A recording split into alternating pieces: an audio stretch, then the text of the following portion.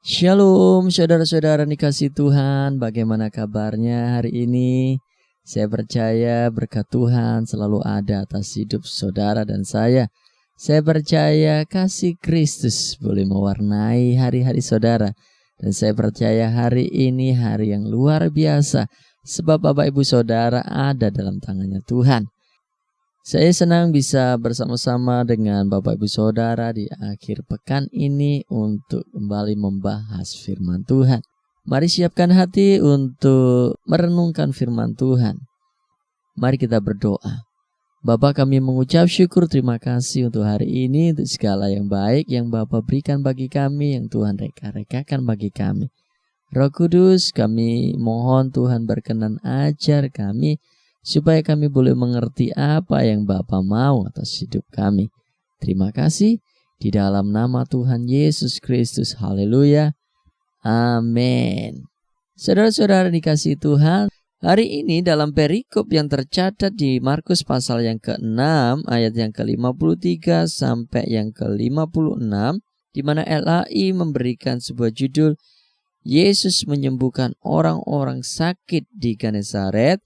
Kita akan belajar tentang Tuhan, tentang apa yang harus kita lakukan dalam hidup ini, dan apa yang perlu kita pelajari. Mari kita baca firman Tuhan ini bersama-sama. Ayat yang ke-53 berkata, setibanya di seberang, Yesus dan murid-muridnya mendarat di Genesaret dan berlabuh di situ. Ketika mereka keluar dari perahu, orang segera mengenal Yesus. Maka berlari-larilah mereka ke seluruh daerah itu dan mulai mengusung orang-orang sakit di atas tilamnya kepada Yesus, di mana saja kabarnya ia berada. Kemanapun ia pergi, ke desa-desa, ke kota-kota, atau ke kampung-kampung, orang meletakkan orang-orang sakit di pasar dan memohon kepadanya supaya mereka diperkenankan hanya menjamah jubah-jubahnya saja. Dan semua orang yang menjamahnya menjadi sembuh. Haleluya. Tidak bisa dibantah bahwa kita punya Tuhan yang sanggup menyembuhkan segala sakit, penyakit apapun. Buat Tuhan tidak ada yang terlalu sukar atau terlalu berat yang tidak bisa Tuhan sembuhkan. Ia lebih dari tabib dan dari dokter spesial manapun yang pernah kita kenal. Ia Tuhan.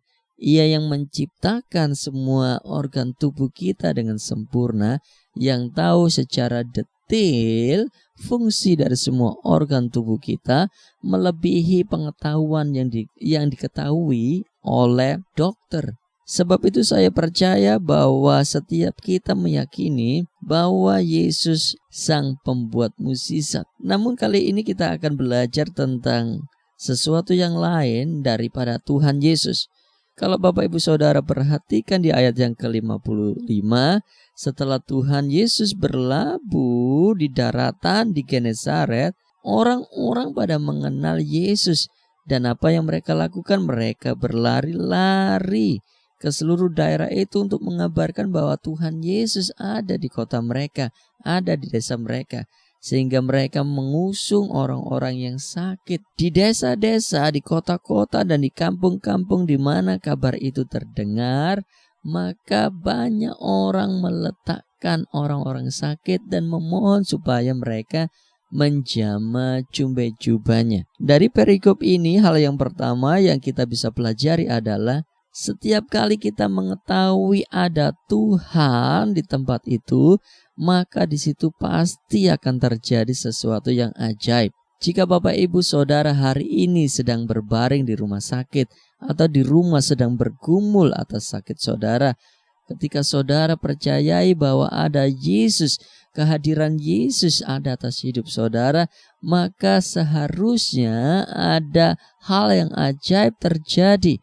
Sama seperti orang-orang yang mengalami sesuatu yang ajaib yang terjadi di desa-desa, kampung-kampung maupun kota-kota di Genesaret, hal yang sama akan terjadi atas saudara dan saya.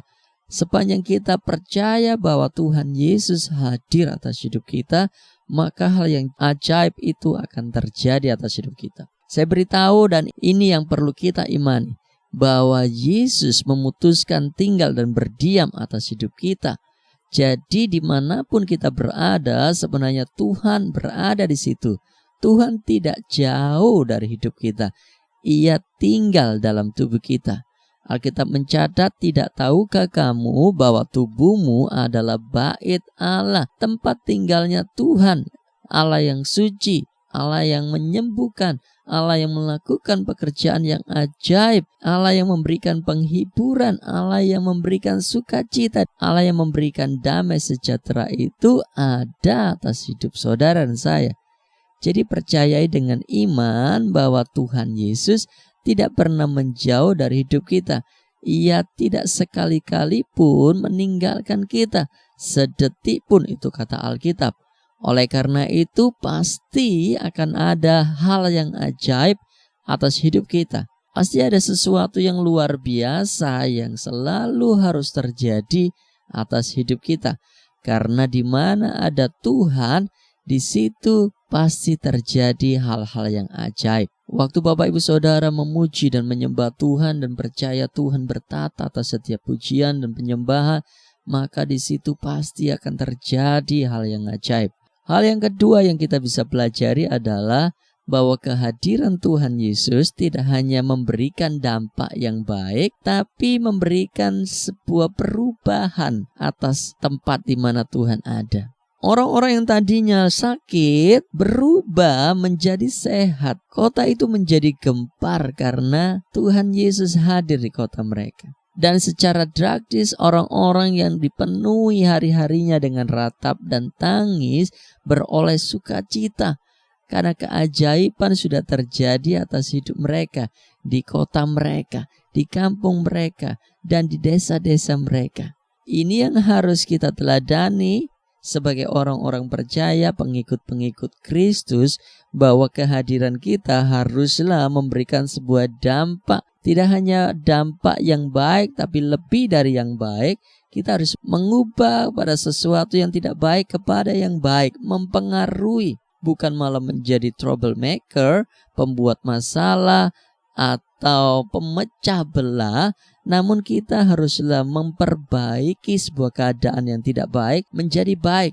Sebuah keadaan yang baik menjadi jauh lebih baik. Kehadiran kita haruslah memberi dampak, mempengaruhi. Jika Bapak Ibu Saudara hari ini sedang bergumul tentang sebuah tempat di mana Tuhan tetapkan saudara, namun tempat itu adalah tempat yang tidak baik menurut Bapak Ibu Saudara, itu hal yang baik buat kita karena Tuhan inginkan kehadiran kita di tempat itu mengubahkan, memberi dampak, menjadikan baik. Setiap tempat di mana Tuhan tempatkan kita, walaupun nampaknya buruk, itu adalah sebuah tempat yang paling baik dan terbaik yang Tuhan tetapkan atas hidup kita.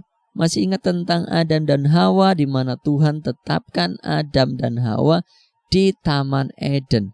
Alkitab mencatat Adam dan Hawa harus mengusahakan tempat itu menjadi jauh lebih baik. Hal yang sama dengan kita. Jangan hanya menjadi orang Kristen yang ingin dipengaruhi, ingin mendapatkan sesuatu dari tempat di mana Tuhan tempatkan kita, namun hendaklah kita menjadi orang yang mengubahkan. Terang itu selalu membuat keadaan gelap menjadi terang. Garam itu selalu mempengaruhi. Hal yang sama dengan hidup kita. Kita harus menjadi terang, kita juga harus menggarami, mempengaruhi. Lewat pengajaran, iman, kekristenan, kehidupan kita, cara hidup kita, attitude kita, sikap kita, karakter kita haruslah bisa mempengaruhi dan memberikan dampak. Dimanapun Tuhan tempatkan kita, walaupun tempat itu adalah sebuah tempat yang menurut saudara adalah tempat yang paling buruk. Kalau kita lihat di perikop ini, di mana-mana, di desa-desa, di kota-kota, dan di kampung-kampung, banyak orang menderita sakit. Kampung itu rasanya kampung penuh dengan penderitaan. Orang-orang yang ada di situ menderita sakit. Hari ini jika Bapak Ibu mendapati tempat dan komunitas kita penuh dengan orang-orang yang sakit, baik sakit hati, jiwanya, rohaninya, tugas Bapak Ibu Saudara untuk menyembuhkan mereka, untuk mengobati, mengubahkan mereka, memulihkan mereka, menghiburkan mereka, menguatkan mereka. Untuk itulah Tuhan tempatkan saudara di tempat itu. Yang ketiga, apa yang bisa kita ambil dari perikop ini?